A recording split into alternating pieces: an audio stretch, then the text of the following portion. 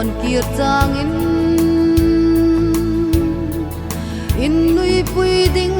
le lim pui ding tlung lam ni lo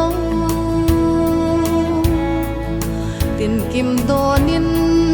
lung la ya na dil kan hai nge ring mi danin chunu bi a ko ding nei lovin fara in ring lo chang in lang khom parem rut na anun zolin isul nung sui lem tang kan ti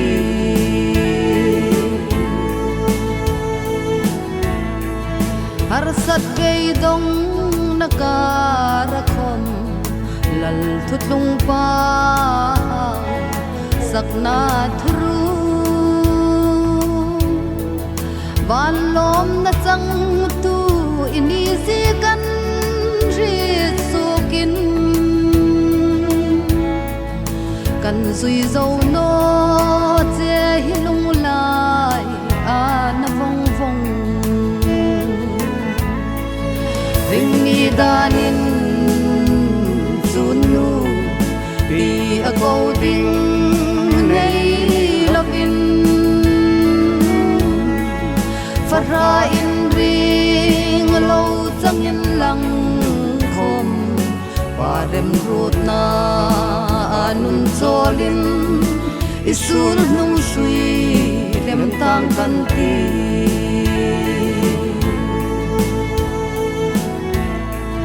ko kir thei chang lo o chunu chitla dinga lal rut lo no ni ram ni tla seng lo ram chang tu i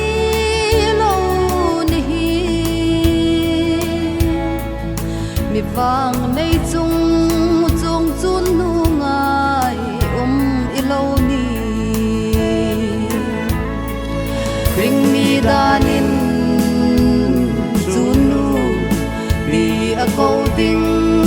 nei lovin fara in ring lo chang in lang khom parem rut na anun zolin isul nung sui lem tang kan ti